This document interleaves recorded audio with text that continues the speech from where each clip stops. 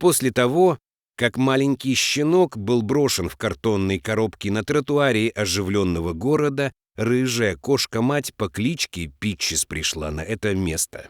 Вы не поверите, что она сделала со щенком. Когда новорожденный щенок оказался брошенным в картонной коробке на оживленном тротуаре, его заметил неожиданный источник – Питчес, рыжая кошка, которая жила счастливой жизнью со своими хозяевами поблизости. Она вышла на утреннюю прогулку, когда наткнулась на картонную коробку. Писк щенка привлек ее внимание, и Питчес направилась туда, чтобы выяснить, что происходит. Заглянув внутрь коробки, она увидела маленького коричнево-черного щенка. Щенок был слишком мал, чтобы отделиться от матери, и дрожал от холода. Питчес, у которой недавно родились 4 котенка, руководствовалась материнским инстинктом и забралась в коробку, чтобы утешить маленького щенка. Рыжая кошка быстро обернулась вокруг его дрожащего тельца, прижимая щенка, как она делала со своими котятами. Маленький щенок успокоился, и вскоре он уснул, согревшись теплом кошки. Кошка преданно оставалась рядом со щенком, пока солнце не взошло высоко. В этот момент в коробке стало слишком жарко для них, и кошка начала мяукать, привлекая внимание прохожих. К сожалению, из-за городского шума никто не заметил звуков, доносившихся из коробки. И когда становилось все жарче, рыжая кошка приняла решение, которое изменит ее жизнь, жизнь ее хозяев и жизнь щенка навсегда. Кошка встала, потянулась, а затем осторожно подхватила маленького щенка зубами и понесла его так же бережно, как она носила своих котят. Со своим новым подопечным она направилась домой. Квартира, где жила рыжая кошка со своей семьей, находилась всего в нескольких кварталах, и они быстро добрались туда, вернувшись домой за несколько часов до того, как хозяева должны были вернуться с работы. Кошка выходила через пожарную лестницу, и она осторожно поднималась по ней,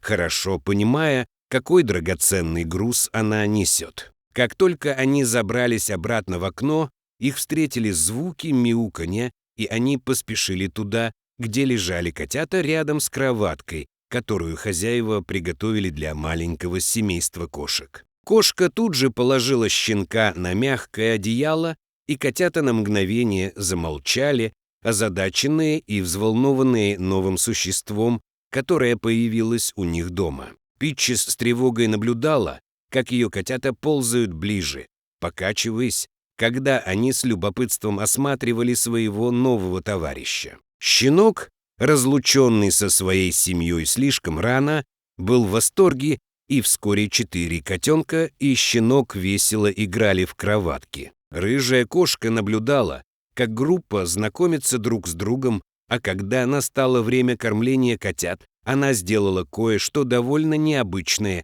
Когда кошка легла и замяукала, призывая своих котят, они выстроились в ряд, чтобы сосать молоко. Однако щенок остался в стороне, не зная, что делать. Прошло уже некоторое время с тех пор, как щенок ел, и не имея возможности есть твердую пищу и оказавшись отлученным от матери, он очень проголодался. Пока котята пили молоко, маленькое животное с замешательством и голодом наблюдало за ними, пока мать-кошка неожиданно не сделала кое-что необычное. Когда один из ее котят закончил есть, Питчес протянула лапу и потянула маленького щенка к только что освободившемуся месту. После небольшого поощрения щенок начал пить молоко. В это время входная дверь открылась, и хозяева кошки Макс и Эприл вошли домой. Макс и Эприл были заядлыми любителями животных и часто работали волонтерами и жертвовали деньги местным приютам для животных. Сама Питчес даже прибыла из одного такого приюта после того, как ее предыдущий владелец отказался от нее в ветеринарной клинике, не имея возможности позаботиться о беременной кошке. Рыжая кошка нашла теплый и любящий дом для себя и своих детенышей, и пара была готова принять и щенка. По крайней мере, на это надеялась Питчес. Раздались шаги. Когда пара занялась домашними делами, тихие голоса переговаривались, когда они выполняли свою обычную рутину. Эприл хлопотала на кухне, и уши Питчес навострились, а она уловила звук открываемой банки. Хозяйка всегда кормила рыжую кошку после возвращения домой, и Питчес с нетерпением вскинулась, бросив взгляд на сонную группу котят и щенка в углу кроватки. Эприл появилась из-за угла, издавая щелкающие звуки, чтобы позвать кошку. Обычно рыжая кошка всегда спешила поприветствовать женщину, но сегодня не раздавалось никаких шагов, и женщина нахмурилась, обеспокоенно приближаясь к кроватке. Питчес и ее котята проходили ветеринарный осмотр на прошлой неделе, но Эприл не могла не волноваться, что что-то может быть не так. Когда женщина подошла к кроватке, она с облегчением увидела, что мать-кошка свернулась калачиком в уголке, поворачивая свой внимательный взгляд с детенышей на Эприл, когда та опустилась на колени. Хотя Питчес беспокоилась за реакцию хозяйки, обещание еды было слишком соблазнительным, чтобы устоять, и кошка поспешила к миске, которую Эприл поставила снаружи кроватки. Кошка жадно принялась есть, время от времени поглядывая на своих драгоценных питомцев, мирно спавших на теплом одеяле. Ветеринар посоветовал Эприл присматривать за котятами, когда сможет, но не вмешиваться, если Питчес этого не позволит. Женщина бросила взгляд на кошку, жадно поедающую еду в нескольких футах от нее, и осторожно потянулась к котятам. Рыжая кошка доверяла своей хозяйке и не реагировала, продолжая есть, когда Эприл улыбнулась и полностью сосредоточилась на проверке котят. Все котята, казалось, спали, и Эприл нежно погладила каждого из них по очереди. Но когда она потянулась погладить пятую головку, женщина в замешательстве остановилась. У Питчес родились только 4 котенка, и ни она, ни Макс не давали семейству кошек игрушку. Напоминающую еще одного котенка, Эприл знала, что Питчес выходила через окно, когда они с мужем уходили из дома, и женщина начала беспокоиться, что, возможно, другая кошка пробралась внутрь во время отсутствия матери котят. Женщина взяла свой телефон, пригнулась достаточно низко, чтобы просунуть голову внутрь кроватки, и включила функцию фонарика, озадаченно оглядывая кровать. Она ожидала найти другую кошку, спрятавшуюся среди котят под одеялом. Однако то, что она обнаружила, было гораздо более неожиданным. Щенок проснулся от своей дремы, когда поднялась таинственная головка, и Эприл вскрикнула, призывая своего мужа. Макс поспешил к жене, спрашивая, что случилось, а Питчес отодвинула миску и поспешила внутрь, встав перед маленьким щенком. Эприл отпрянула назад, не желая каким-либо образом угрожать матери кошки, и с изумлением наблюдала, как щенок прижался к мягкой рыжей шерсти, точно так же, как ее муж присоединился к ней на полу. Пара ахнула от удивления, когда маленькие карие глазки моргнули, глядя на них. Щенок был рад встретить потенциальных новых друзей и подполз вперед. Питчес наблюдала за ним издалека, не спуская глаз с маленькой фигурки, когда Эприл осторожно протянула руки и подняла маленькое животное, прижимая его к груди. Щенок издал писклявый звук, а затем свернулся калачиком на руках женщины, глядя на пару снизу вверх, пока его новоиспеченная мать внимательно следила за ним. Макс и Эприл были потрясены внезапным появлением щенка. Хотя они знали, что Питчес часто выходила через окно, пожарная лестница была слишком высока для такого маленького животного, чтобы взобраться на нее в одиночку. Маленький щенок снова жалобно пискнул, и рыжая кошка подошла вперед, теперь постукивая лапой по руке женщины. Питчес хотела вернуть своего детеныша. Женщина быстро подчинилась и поставила маленького щенка на пол, наблюдая, как мать-кошка подошла, осторожно вылизывая макушку щенка, а затем унося его обратно в кроватку. Загадка, как щенок попал внутрь, теперь была решена для Макса и Эприл, но оставался еще один вопрос: откуда взялся щенок? Макс, работавший в бухгалтерии местной ветеринарной клиники, быстро встал и взял мобильный телефон. Он позвонил своему начальнику и спросил, поступали ли сообщения о пропавших щенках в этом районе. Женщина на другом конце линии сообщила Максу, что хотя они и не слышали о пропавших щенках, к ним поступали сообщения о собаках, найденных в картонных коробках, мусорных баках и даже в корзине, оставленной перед приютом. Был поздний январь, и люди, которые получили щенков в подарок для детей на праздники, часто отказывались от них, когда понимали, сколько за ними нужно ухаживать. Ветеринар сообщила Максу, что все найденные собаки проходят осмотр, и настоятельно порекомендовала паре принести маленького щенка на осмотр, чтобы убедиться, что с животным все в порядке. Макс и Эприл с готовностью согласились. После того, как Макс повесил трубку, Эприл собралась забрать щенка, намереваясь поместить его в переноску, которую они иногда использовали для Питчес и ее котят. Однако Питчес не понравилась идея разлуки со своим новым детенышем, и обычно спокойная кошка отшлепнула руку Эприл, когда-то попыталась взять щенка.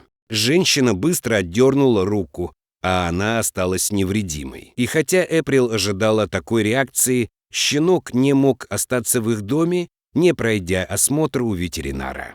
Это было необходимо для безопасности самого щенка, а также рыжей кошки и ее котят. Если щенок был болен, котята могли заразиться. Благодаря своему опыту волонтерской работы в приюте для животных, Эприл точно знала, что делать. Она часто видела такое, когда в приют приносили матерей с детенышами.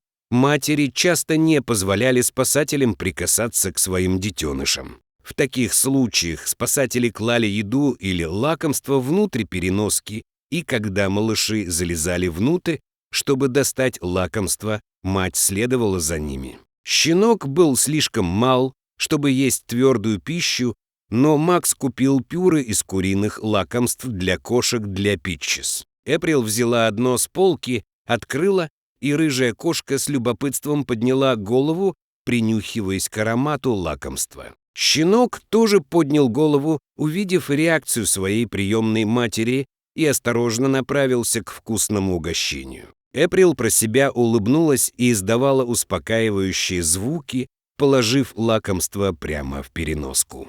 Маленькое животное продолжало идти вперед, и как только его лапки пересекли порог, и он оказался внутри переноски, его приемная мать встала и последовала за своим новым детенышем. Как только они оба оказались внутри, женщина закрыла дверцу переноски и передала ее мужу. Макс должен был отвезти кошку и ее нового сына на осмотр, в то время как Эприл оставалась присматривать за котятами. Переноска была быстро загружена в их машину, и через несколько минут эта троица отправилась на работу к Максу. Как только они приехали, их сразу же провели в смотровую комнату. Женщина-ветеринар была предупреждена о необычных обстоятельствах с Питчес и щенком, но тем не менее она была поражена, когда открыла переноску. Мужчина сообщил ей, что мать-кошка и щенок успокоились где-то на половине пути во время поездки на машине. И когда женщина заглянула внутрь, причина их молчания стала очевидной. Так же, как они устроились, когда отдыхали в картонной коробке. Рыжая кошка обернулась вокруг своего маленького подопечного, согревая и успокаивая его во время 45-минутной поездки. Ветеринар слышал о том, что кошки, а иногда и собаки, могут принимать чужих детенышей, но сама она никогда не была свидетелем такого. Женщина была поражена. Она осторожно вынула маленького щенка из объятий его приемной матери, пока кошка продолжала спать. Питчес многое пришлось пережить в этот день. Ветеринар быстро обнаружила, что маленький щенок, немецкая овчарка, примерно 6 недель от роду. Этот факт вызвал беспокойство, поскольку обычно щенков не отлучают от матери до 8 недель. После дополнительных обследований выяснилось, что хотя маленькая собака и не находится в непосредственной опасности, она недостаточно упитанна и ей не хватает некоторых жизненно важных питательных веществ, которые она должна была получить от матери. Все это легко исправить, обеспечив щенка немецкой овчарки заменителем молока. Животное будет жить долгой и счастливой жизнью благодаря своевременному обнаружению Питчес и заботе о маленьком щенке. Макс был очень рад этим новостям. Он провел некоторое время, играя с маленьким созданием, которое после сна стало гораздо более активным. Не только Питчес привязалась к щенку, и мужчина быстро отверг идею передать крошечную овчарку в приют. Ветеринар была рада этому решению и призналась Максу, что местный приют и без того переполнен. Кроме того, из-за слишком раннего отлучения от матери для развития и восстановления щенка было критически важно правильное воспитание и социализация, чего вряд ли можно было добиться в приюте. Макс быстро согласился, и пока ветеринар доставала заменитель молока и инструкции по уходу, он выбрал имя для нового члена семьи. Из-за коричневой косматой шерсти на теле щенка Макс окрестил его Бером и ласково прижимал его к себе, когда Питчес, наконец, проснулась, мяукая, обнаружив отсутствие Бера. Макс быстро отреагировал, открыв дверцу переноски и поместив щенка немецкой овчарки обратно внутрь. Его новая мать успокоилась и отнесла своего драгоценного детеныша в дальний угол переноски, где принялась тщательно вылизывать его с той же любовью и заботой, что и своих котят. Макс поблагодарил ветеринара и забрал пару домой. Как только их выпустили, Питчес отнесла своего драгоценного подопечного обратно в кроватку. Бер был рад вновь увидеть своих новых братьев и сестер, и группа весело играла, пока Макс ставил Эприл в известность о диагнозе ветеринара. После нескольких месяцев любви и заботы со стороны новых хозяев, а также приемной матери, Бер вырос в счастливого и здорового годовалого щенка. Несмотря на такое тяжелое начало, он обрел любящий дом навсегда. Хотя кошки и собаки часто изображаются как естественные враги, вмешательство Питчес и ее любовь к Беру потенциально спасли ему жизнь, доказывая, что материнская любовь может преодолеть любые преграды. Что вы думаете об этой трогательной истории? Дайте нам знать в комментариях ниже.